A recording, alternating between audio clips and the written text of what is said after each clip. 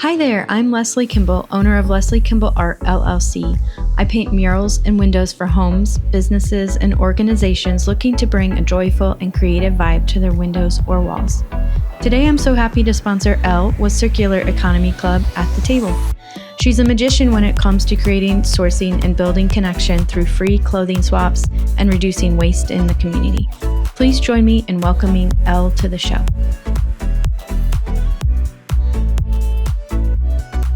Elle Ambrose, welcome to the table. Thank you. Your Instagram handle, it's called The Circular Economy. Can you tell us what that means? Because I had never heard of that before. Yeah, so the Circular Economy Club is basically just what goes around comes around. So it's kind of like the point of a circular economy is like the network, the focus on the fact that we can meet each other's own needs. Like we can meet our own needs and we can meet each other's needs. And that currency is flowing through an area of people. Yeah. It's a more sovereign economy. So yeah, that's our focus, is like empowering economies. Our focus is like to support local artists, solopreneurs, like utilize materials and create art that they can then trade for cash currency. And so that ties into fashion with like wearable art, or like the point is the value that we add to things is then what we can exchange. So yeah, it's almost like the concept of the circular economy, but then it's like what's fueling the circulation. So that's the club part. This is for people that are interested in like a sovereign economy, participating in a circular economy, but also because we're each other's coworkers now. Like there's so many solopreneurs that the last few decades you would have had an entire organization around you, and now like just because you like art and want to try to do it full time or let it support you, you're now like an entire organization as well. So it's kind of like, that's the club part, is that if you're someone that is wanting community. Why do you think there are so many solopreneurs now? Technology. There's practical reasons there's solopreneurs. I think like my generation basically was like sold that you go to college, you get a job, you can pay off your student loans and you're Gucci. Like I lost my job during COVID. So I just saw how like the system is never gonna actually support me. It's not for you. Yeah. It's not actually safe. So I'm looking for things to invest in that are gonna like hold their weight. And so that's kind of what took me on this path. Yeah. So your path has led you to Illinois. Where were you before? So I grew up in St. Louis on the Illinois side, and then went to high school and college in Grand Rapids, Michigan. And then I just had enough of the cold there. So I literally walked like off the graduation stage and into my car to drive to California. And then I basically did most of my professional work living in Los Angeles until the pandemic happened. And then when that happened, so it was just like the universe kind of took me back here. And then that's when I started my business, and the rest is history. So how did you pick Champaign? So my family was actually moving back here because my mom was going to get her PhD at U of I. And I was getting divorced at the time. How has your divorce shaped who you are today? Oh, wow. Definitely like totally and completely shaped me. But I think like in all the best ways. Yeah. I like love telling people I'm happily divorced. Yeah. But yeah, the way that it shaped me. Ooh. Yeah. What parts are different now? I think, so the parts that are different is the work that I was doing in Los Angeles, I'm now doing here. What were you doing day to day in Los Angeles that you do now, that you do here? What does it look like? So I was doing event production, an experiential event production for like movies, TV shows, and then like attractions. So yeah. Do you miss California? I definitely miss California, but because of the weather for sure. Mm-hmm. Yeah. So how does this repurposing that you do help our community? I know that you've talked about your clothing swaps. The clothing swaps, certain things are becoming less affordable. Right. So the fact that we can get people clothes that not just they need, but that they also want is really important to me. The design challenge for me is how do we circulate already created items as quickly or faster than fast fashion pumps it out. People really like to donate their clothes. Like, people love to know like what's going to happen with the things that they donate. Because sometimes they don't always want to give it away. Always, like, people are connected to their things. Yeah, I'm like that. I'm like, no, I bought this with my mom or my sister. Yeah. Like, I don't know, I don't want to give it away, even though I never wear it. So like, knowing where it's going would be really helpful. Actually, yeah, it helps like channel the energy, honestly, or like so I love to say like the past version of one person is the next best version of the next. I love that. So what is one thing that you wish that more people understood about this whole process of repurposing things? That textile waste is one of like the number one sustainability issues that we are facing right now. So when it comes to like ecology or from like an environmental standpoint, it's like a problem. We're mass producing things that nobody ordered. Like, we're connected to like some local warehouses that they have so much overstock, but no one to actually go through it. And if they choose to get rid of it, they'll have to pay somebody to do it. Is that where you come in then? Yes. Okay. So you're going to come in, you're going to take these goods and you're going to do what with them? So that's why I say successfully recirculated items. So we're going to recirculate them. Yeah. And so I'm like, how can we do this like community impact, but like at volume? So it's like literally everything, like from the circularity piece, literally everything is like generative. If we successfully recirculate it, we know that like a need is met and at a cheaper price, because we're able to like sell things to people that they otherwise would have to pay double for. Like, we can sell it to people at half with it being a profit and then use the percentages from that to literally like generate a fund.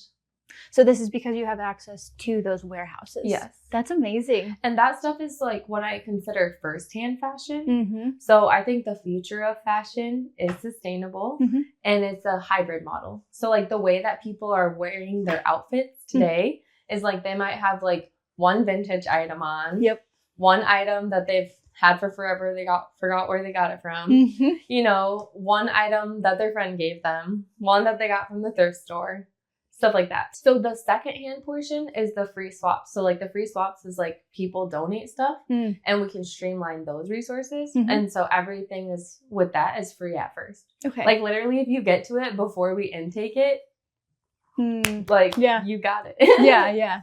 And that's actually my favorite thing about the swaps is seeing the things find the people. Yeah. And like that it shifts your vibration. Like, I love when people show up to the event, the very first thing that they do is receive something that they desire. Yeah. You're investing in your community first. Yeah. And then actually a lot of people that feel marginalized from society for whatever reason, their experience with shopping is very traumatizing. Like, actually shopping one-on-one with someone that historically hasn't had the funds to ever buy things that they actually like is a beautiful like experience and like very healing. Yeah. Taking the time to find out what they like, looking for it with them, actually like finding something they like, letting them try it on, allowing people to choose and then trade value. And we do trades. So like that's the coolest part is like you can either like get it for free, you can trade something, or you can buy it. Whatever things are bought, a percentage goes back in. So we're kind of like a little circular economy of ourselves because the point is like we are like a little recycling function. Like when we pop up, everything gets touched and allocated of whether it's going to get recirculated or recycled. Because then, like, you can't stay on site forever. Like, you gotta haul out. You gotta move. But that's what I like about it is, like, the setup, Mhm. the run it, and then the tear down is, like, it makes everything have to get addressed. Where do you typically have these pop-ups at? I know you called them festies. Yeah. Yeah. One of the main places that we've done the free swaps at is the Siebel Center for Art and Design on U of I's campus. So I like displaying things in like an expo gallery fashion. Yes. Almost like taking this like high fashion approach to how we recreate things. Mhm. So it can go from a random item in the swap bin and then we're sorting through it and organizing it and seeing what's going to happen to it. And then like if it's a great piece, we'll like launder it, upcycle it, and put it on our boutique rack. You know? Yeah. So yeah. when it ends up on the boutique rack, it's like a display. Mhm. So I want people to like shop the items as wearable art, or like as you would shop a cute little boutique rack, like in a gallery or off to the side at a coffee shop or something. You know what I mean? Yeah.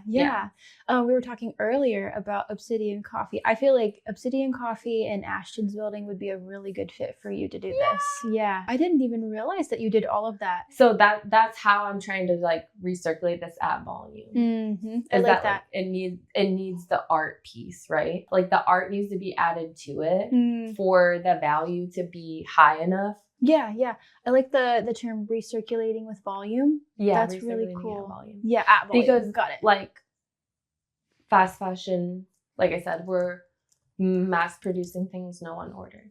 Okay, so what do you enjoy the most about these clothing swaps? What is the best part? It's like so magical. Yeah. Like, that's all I can say. But yeah, the best part is just seeing needs get met. Like it's like how magical things are. Mm-hmm. Yeah, and the crazy part is like you'll maybe like as you're sorting stuff or setting stuff out and whatnot, you'll see something and just like stare at it and just like know it's important for some reason. Yeah. And then like 5 minutes later, someone will come by, like pick it up and like have some story to tell you, and you're just like, I knew it. I knew it. Like just crazy fun stuff like that. Okay, so I feel like each item has like its own energy frequency. Yes. Can you talk a little bit about Yes. that? Because I feel like we both have similar beliefs when it comes to this stuff. You can feel like energy in object. And I think I have that for some reason. Because there's a thing in some cultures, they're not like really into thrift like that. Because like if you go into a thrift store and you can feel vibes, you can feel vibes. Yeah. But like it needs to get circulated and like transmuted and cleansed, you know? So that's actually the coolest, dopest part about the free swaps is like we're literally like community cleansing. Like it feels like just like a wellspring, you know what I mean? I've had friends before like swap stuff into the old pop-up shop and I didn't know it. Like I wasn't there for it. Like someone else was doing it. And then a week or two later, and they came by and I'm like, oh, I found a couple things I thought you'd be interested in. And like one of them would be like their old thing. Yeah. I'd be like, yeah, because that was mine. And like, how did you know?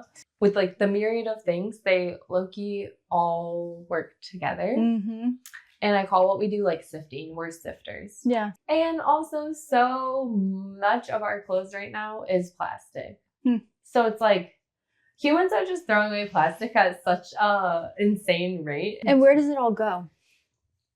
Actually to like the waterways of other countries. So from like a woo-woo perspective, I feel like the waterways of Earth are considered like the veins of Earth. And so we literally like having clogged arteries, like, you know what I mean? Like the energy body of Earth is really like being suffocated. Like we're suffocating her. Yeah. With products that no one ordered.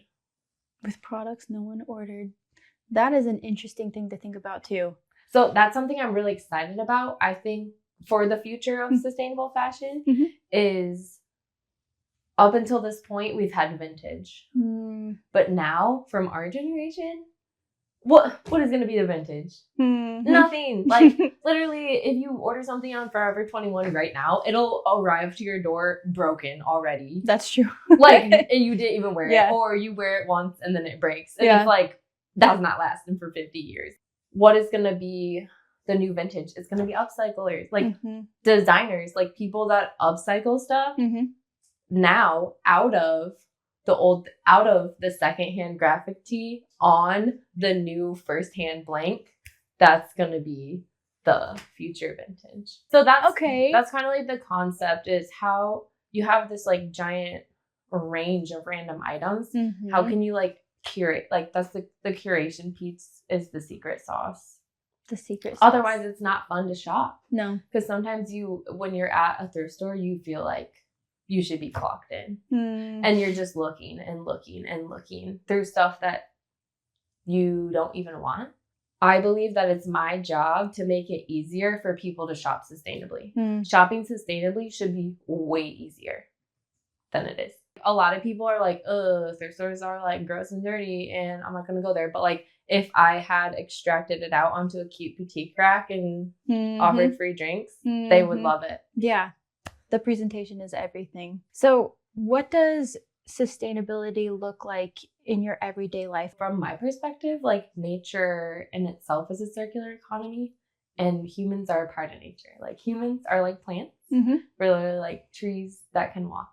I always consider like if the grid went down, what would this look like or how would this work? Truly sustainable things actually like change form, right? Or like the beauty of earth and with plants is like they get roots and like they bloom and they grow. But like if they die, they will like go back into earth, you know? So like it's like that.